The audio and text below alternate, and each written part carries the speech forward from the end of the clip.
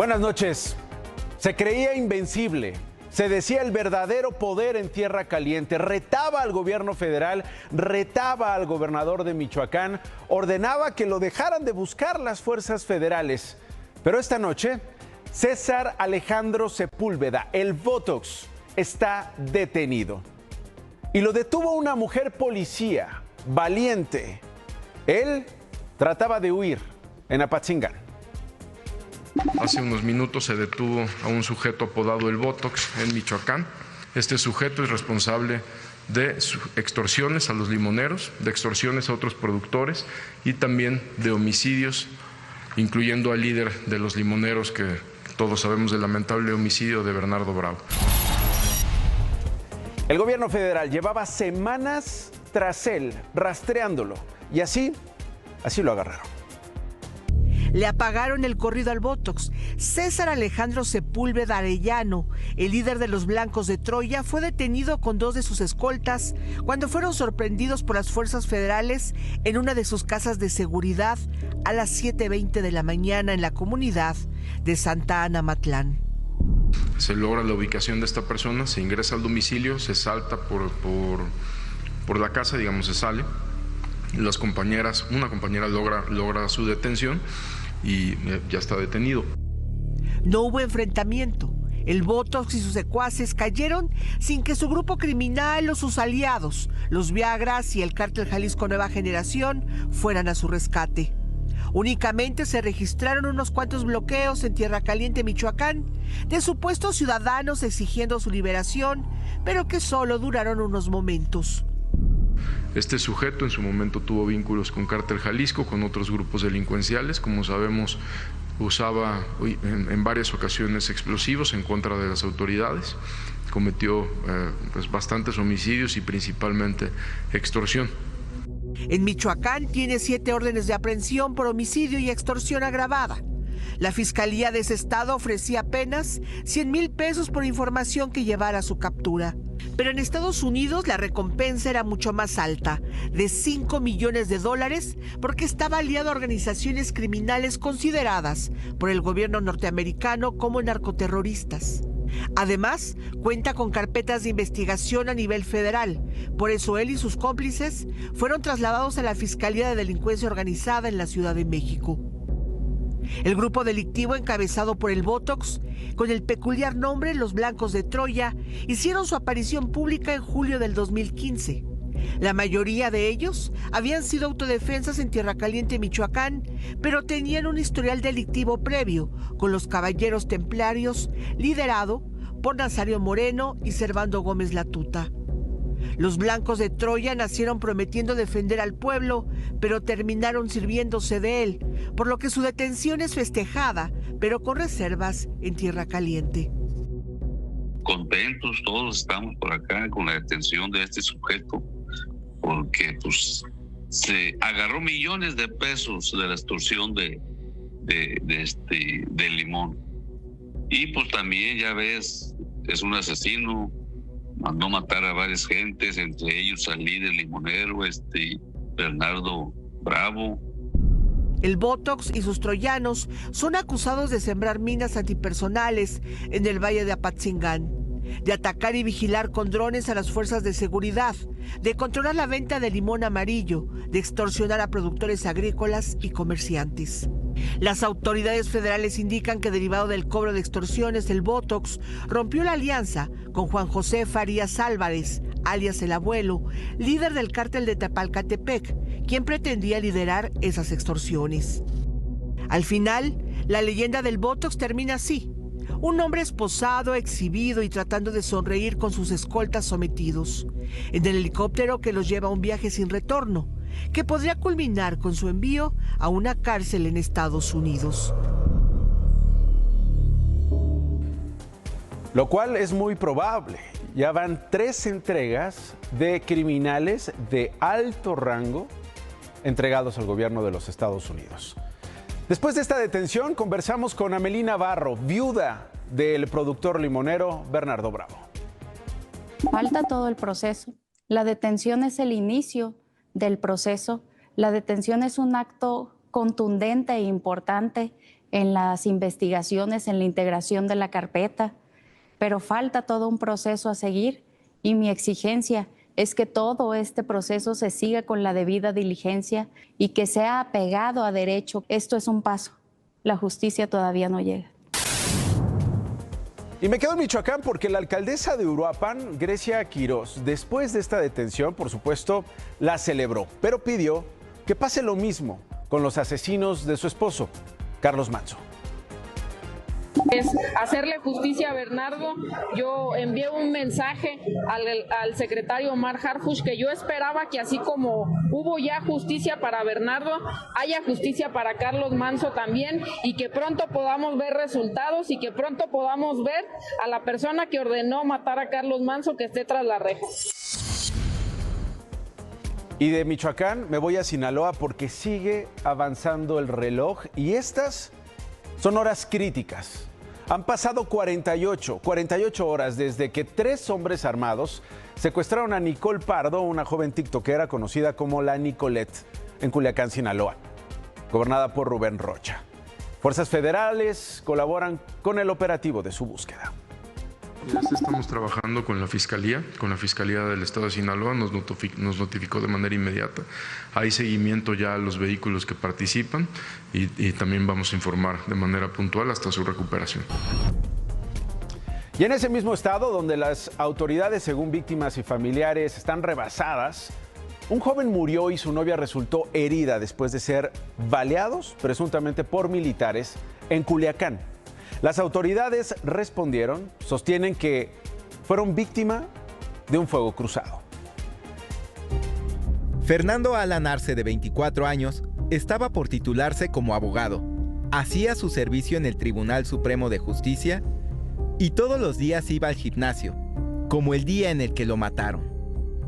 El 13 de enero salió de su casa a las 4 de la tarde y pasó por su novia, a bordo de un Mazda blanco. En el camino se encontraron con las balas. El personal militar estaba persiguiendo a unos delincuentes que estaban haciendo disparos en Culiacán, se habían agredido y entonces van atrás de estos delincuentes. Estos jóvenes se trasladaban en un vehículo, al parecer durante el intercambio de disparos, ahí es donde fallece uno de estos jóvenes. Pero sus padres no coinciden con las autoridades. Mi hijo supuestamente se paró porque vio la balacera enfrente. No, en ningún momento fue cruzado porque los disparos están del toldo hacia arriba, horizontal, hacia abajo. Testigos que hubo ahí en el hecho comentan que fue un ataque directo hacia ellos, pues no fue un fuego cruzado. El vehículo que perseguían los militares era un Honda color blanco, el cual fue encontrado abandonado unos metros adelante de donde murió Fernando. Al interior había armas, cartuchos y chalecos tácticos. No queremos que estos casos se repitan, son lamentables y tiene que ver pues la sanción a los responsables y al mismo tiempo el apoyo a las familias. La familia de Fernando asegura que ninguna autoridad se ha comunicado con ellos para ofrecer el pésame, mucho menos una disculpa.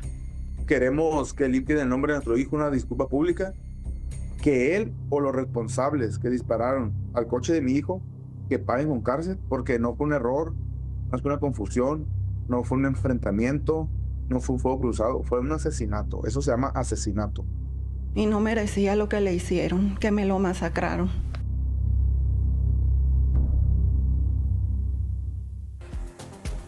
La sobreviviente, novia de Fernando, fue hospitalizada por heridas en tórax y abdomen. El domingo está programada una marcha pacífica para exigir justicia para este joven, pero sobre todo para exigir a las autoridades locales paz en Sinaloa. ¿Es mucho pedir?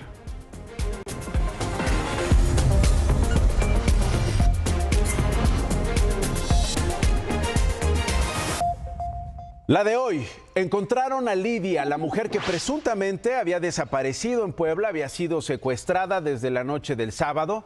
Hoy se sabe que afortunadamente ella está bien, pero la Fiscalía del Estado de México asegura que no estaba embarazada. Listo, vámonos, hay más. Tenía 39 semanas con 3 días. Ya estaba en su término. Le toqué su pancita, su bebé se me movió. Una mujer vulnerable, embarazada, con una vida más en su vientre, con preeclampsia, a punto de dar a luz, con una vida dentro de ella. Luego de 4 días de llanto, búsqueda e incertidumbre, Lidia Valdivia apareció con vida en el municipio de Tepetixtla, en el Estado de México. La fiscal general del Estado de Puebla, Idamis Pastor, dijo a Imagen Noticias de la Noche que la geolocalización del celular de la joven de 28 años mostró que se estaba movilizando en varios puntos de ese mismo estado desde el lunes pasado. El día de ayer logramos ya establecer su ubicación más cercana y el día de hoy a las 16 horas fue cuando logramos tener ya contacto con ella y decirle que pues teníamos una denuncia de desaparición y que requeríamos que se trasladara con nosotros. La fiscal la calificó como una ausencia voluntaria. Dijo que la encontraron sola, sana y sin indicios de estar embarazada. Tuvimos entrevistas con un médico tratante de ella, su expediente médico, y nos reportan que nunca tuvo un embarazo, no tiene datos de embarazo actual. Asimismo, la pareja nos refiere que nunca la acompañó al médico, ni la familia prefieren que hayan acompañado a esta Livia al médico tratante para que vieran en imágenes ecográficas al feto, ¿no? No sé de dónde salieron esas imágenes. Su pareja, Luis Torres, había hablado por la mañana con medios de comunicación y aprovechó para enviarle un mensaje a Lidia. Estamos aquí esperando en casa y yo y tus 2 peques, Lidia. Por favor. Queremos, no pierdan la esperanza, Lidia. Cuando buscamos a los papás y a la hermana de Lidia, no tenían conocimiento de la localización de su hija. Fue hasta casi 2 horas después de que la fiscalía dio la noticia que les informaron. No está embarazada, repito, como lo sostiene la Fiscalía del Estado de Puebla. Su titular, Idamis Pastor, nos dijo que Lidia ya llegó a las instalaciones de la dependencia donde se va a reunir con sus padres y con su pareja. Agregaron que no descartan investigar a la joven y a sus familiares por falsedad de declaraciones.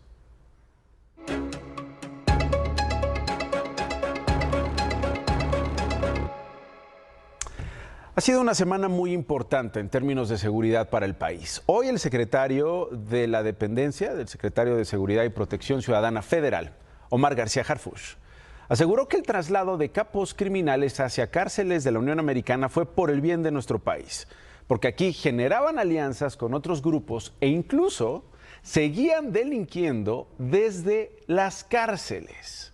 Aquí 2 ejemplos. 2 de los 37 trasladados en la tercera entrega.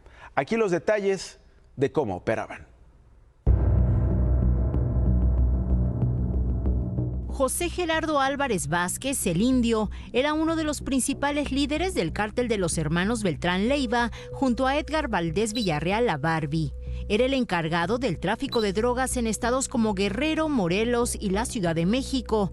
Respondía directamente a Arturo Beltrán Leiva, el Barbas. Según su expediente criminal en Estados Unidos, al que Imagen Noticias de la Noche tuvo acceso, se le acusa de traficar grandes cantidades de droga y de conspirar para fabricar y distribuir metanfetaminas hacia territorio estadounidense. Su fama de sanguinario hizo que el Departamento de Justicia de Estados Unidos lo considerara como uno de los más despiadados y brutales contra sus enemigos. El Indio ordenaba asesinatos, torturas y levantones, dejaba los cuerpos de sus víctimas en zonas urbanas. Famoso por reclutar exmilitares y expolicías y también por ejecutar a los que no podía corromper. Una de las ejecuciones más violentas de su grupo fue la de 24 jóvenes en septiembre de 2008 en La Marquesa. La única mujer en la lista de extraditados es María del Rosario Navarro Sánchez, la señora.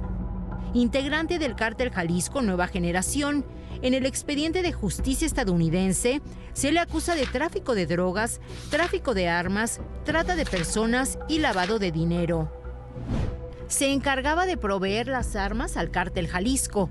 En agosto del 2023, la señora acordó comprar 20 rifles tipo AK-47 y 2 de los poderosos calibre .50, todo por $66,000. El pago por las armas lo hicieron 2 de sus socios en una gasolinera en el distrito oeste de Texas. Lo que no sabían era que agentes de la ATF los siguieron hasta que recogieron los rifles, los detuvieron y al revisar sus teléfonos descubrieron que la jefa era Rosario.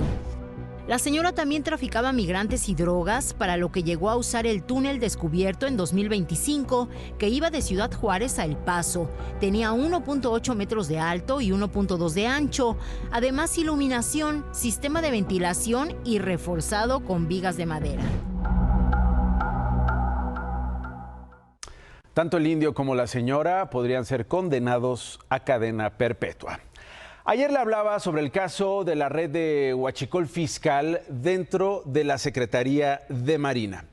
Y sobre todo le hablaba de la solicitud de los hermanos Farías Laguna, uno detenido, el otro prófugo de la justicia, acusados de huachicol fiscal, para que no se les dé de baja de la Secretaría de Marina, para que no se les quite el rango en la institución, para mantenerse como si ser huachicolero fiscal fuera una raya más al tigre. Bueno, pues hoy el secretario de Marina, Raimundo Morales, confirmó el cese. De acuerdo con nuestra legislación, cuando una persona no puede cumplir con sus obligaciones, tiene que ser dado de baja. Ya se dieron de baja, están ellos en su proceso legal, tienen 15 días para poner sus recursos de revisión. Algunos ya los cumplieron, se dieron los fallos y estamos esperando que las autoridades determinen. Hasta este momento, secretario, ¿cuántos elementos o cuántos mandos han sido dados de baja relacionados con estas acusaciones de huachicol fiscal? Son 4 que están detenidos. 4 casos, dice el secretario de la Marina de nuestro país. Hoy la defensa del vicealmirante Roberto Farías, preso desde septiembre, informó que una jueza ordenó a la Fiscalía General de la República transparentar la investigación contra el marino y entregar la carpeta completa. Y esto tendría como fecha límite el próximo martes. ¿Cuándo fue la última vez que usted cambió su auto por uno nuevo, por uno mejor? ¿Cuándo fue que renovaron la flotilla de los camiones de transporte público de su comunidad, de su ciudad, ahí donde vive, para que usted viaje segura, para que usted viaje tranquilo? Sé la respuesta y sé que está difícil. En contraste, la Suprema Corte de Justicia de la Nación está de manteles largos. Hoy anunciaron una renovación de flotilla vehicular para los ministros y ministras. Dice la Suprema Corte que con el objetivo de garantizar las condiciones adecuadas de seguridad, prevención y protección de quienes desempeñan funciones de alta responsabilidad institucional, hicieron una compra. El precio de las camionetas que les darán a los 9 ministros oscila entre el $1,000,000 y los 3 millones, dependiendo del nivel de blindaje, a pesar de que llevamos años escuchando que desde el gobierno, desde los poderes de la Unión, no iba a haber este tipo de gastos, no iba a haber estas millonadas gastadas. Bueno, pues ahí está el precio de la camioneta, parte de $1,070,000 aproximadamente, pero si le agregamos un blindaje nivel 5, el precio se eleva, le decía, a 3 millones, es decir, cerca de 27 millones de pesos es lo que se gastará en la adquisición de las camionetas. 27 millones de los más de 5,208 millones aprobados en el presupuesto para la Suprema Corte para este 2026. Me voy a Estados Unidos. En Minnesota sigue el despliegue de agentes migratorios y siguen las protestas, pero sobre todo para evitar escenas como las que le voy a mostrar. Esto sucedió recientemente. Activistas, medios locales e incluso el Partido Demócrata publicaron en X esta foto. Es un niño bajo custodia de los agentes de ICE. Aseguran que fue utilizado como carnada después de clases. Aseguran que hicieron que tocara la puerta de su casa para detener a su papá. Hoy el Departamento de Seguridad al que pertenece ICE publicó que no fue así, que el niño fue abandonado, que el martes llevaron a cabo una operación para detener al padre de nombre Adrián Alexander Conejo, un migrante sin papeles originario de Ecuador. Aseguran que los agentes se acercaron al vehículo de este hombre y que él intentó interceptar el ataque, corrió, abandonando a su hijo. Rechazan que el operativo hubiera sido para detener al menor. El niño fue identificado como Liam Conejo, tiene 5 años. Él y su padre fueron llevados a un centro de detención de Texas, a las afueras de San Antonio.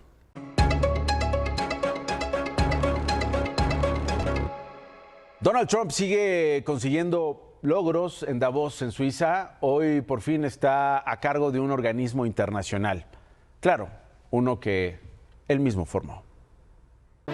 We have one of the most important meetings of all, the official formation of what is known as the Board of Peace. Donald Trump se creó su propio organismo internacional, la Junta de Paz. Conformado por Estados Unidos y otros 26 países, sin ninguna potencia europea.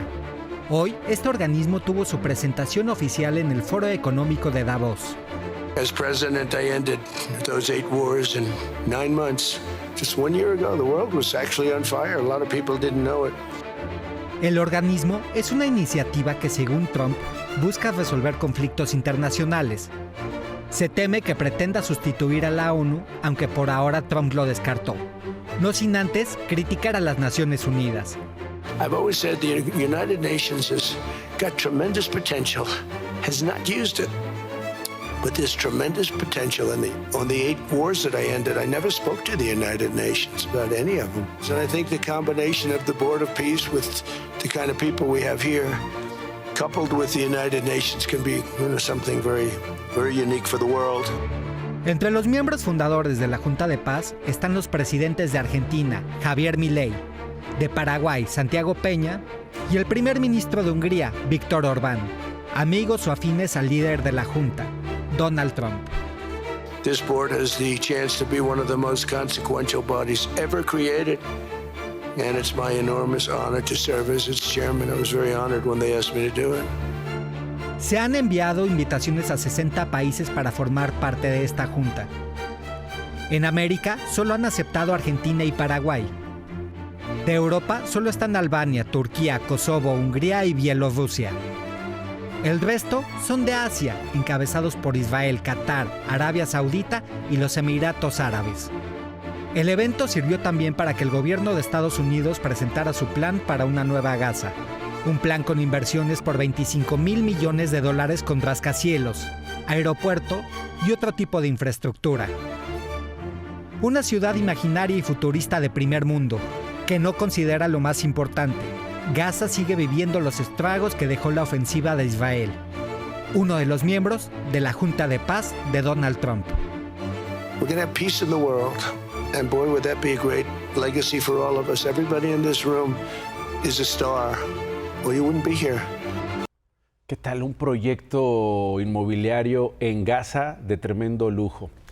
Las últimas 48 horas murió una bebé de 3 meses por hipotermia.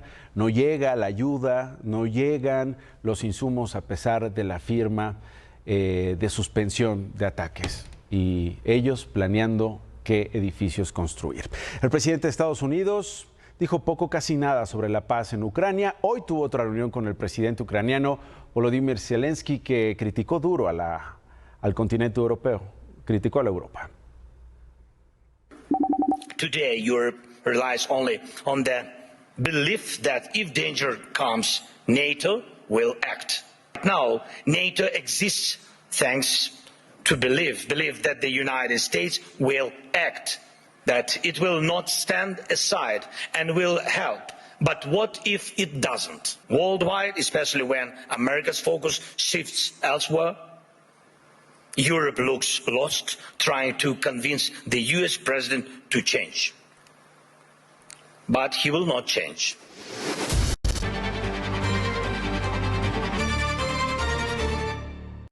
Y a Europa mandaremos a Alejandro Gertz Manero como embajador de nuestro país ante Reino Unido de la Gran Bretaña e Irlanda del Norte.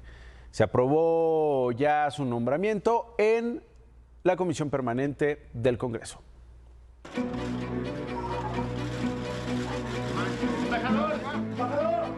Expresar públicamente mi agradecimiento a la señora Presidenta de la República por el nombramiento que ha propuesto ante ustedes. Los ausentes en la sesión fueron el PAN y el PT, pero Morena y el Verde reunieron 10 votos a favor del nombramiento.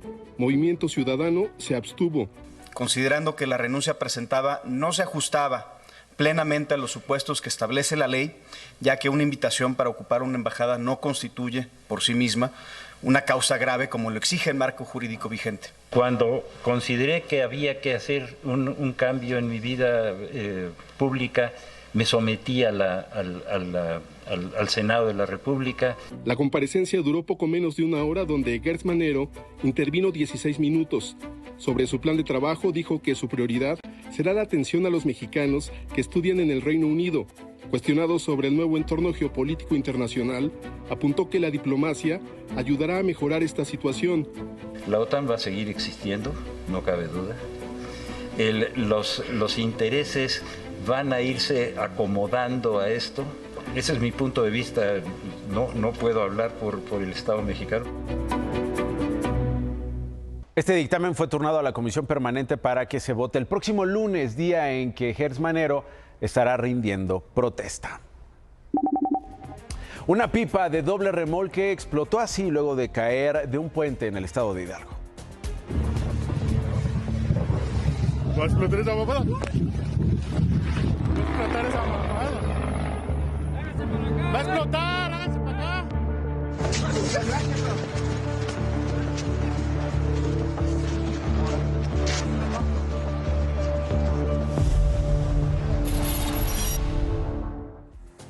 Este accidente sucedió en la madrugada en la carretera México-Tuxpan, a la altura, le decía, de Tulancingo, Hidalgo. La pipa transportaba hidrocarburos y cayó desde una altura de más de 50 metros. Otro accidente, otra vez una pipa. Mientras ardía debajo del puente ocurría esta intensa explosión que vio usted, que tiene usted en sus pantallas. El chofer de la unidad falleció, no se reportan más heridos. A esta hora de la noche continúa el cierre de ese tramo, se están evaluando posibles daños, incluso en el puente. Más noticias. La presidenta Claudia Sheinbaum anunció que el dictamen sobre el accidente del tren interoceánico que dejó 14 muertos en diciembre pasado estará listo la próxima semana. Estados Unidos oficializó su salida de la Organización Mundial de la Salud. El presidente Donald Trump atribuyó la decisión a una mala gestión de la pandemia de COVID-19. El presidente de Chile, Gabriel Boric, agradeció el envío de 145 brigadistas mexicanos para ayudar a apagar los incendios que han dejado 21 muertos.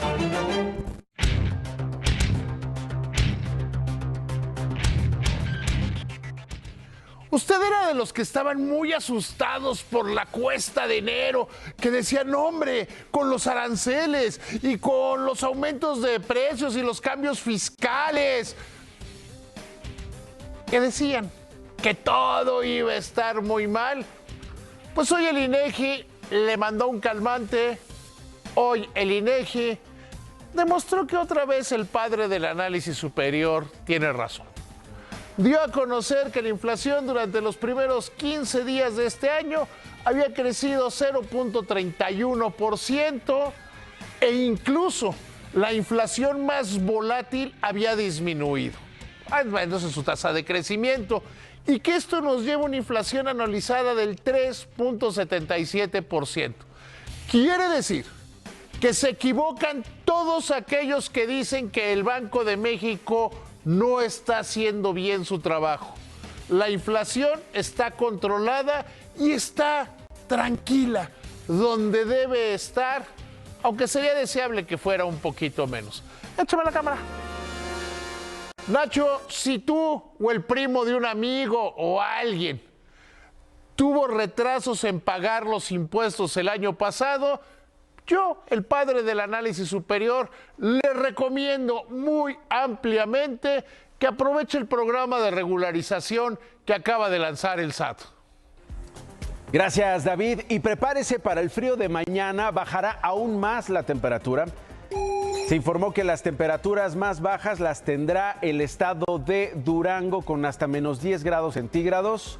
Ahí se espera caída de nieve o aguanieve. En 3 entidades del norte, centro del país e incluso Veracruz y Oaxaca, habrá temperaturas que desciendan hasta los menos 5 grados. Cúbrase, por favor. ¿Qué va a pasar mañana en la Ciudad de México y en las regiones de Bajío y Occidente? Mínimas de 0 grados centígrados. En Veracruz, por favor, vea estas imágenes. Son las cascadas en la zona montañosa de la localidad de Potrero Nuevo, a las faldas del Pico de Orizaba. Se congeló el agua por estas bajas temperaturas y obviamente los turistas documentaron este hermoso paisaje. Pausa y regreso. La última y me voy con las nominaciones a los premios Oscar que se entregarán el próximo 15 de marzo en Hollywood, en Estados Unidos. La película de época y vampiros Pecadores estableció un nuevo récord, 16 nominaciones. La marca anterior la tenía Titanic con 14 y La La Land. Bueno, pues en esta edición la cinta Una batalla tras otra del director Paul Thomas Anderson obtuvo 13 nominaciones. Frankenstein del mexicano Guillermo del Toro alcanzó 9 nominaciones, entre las que destacan Mejor Película, Guión y Fotografía. Veremos cómo le va a Guillermo del Toro, por supuesto, y a los latinos que están... Hasta mañana.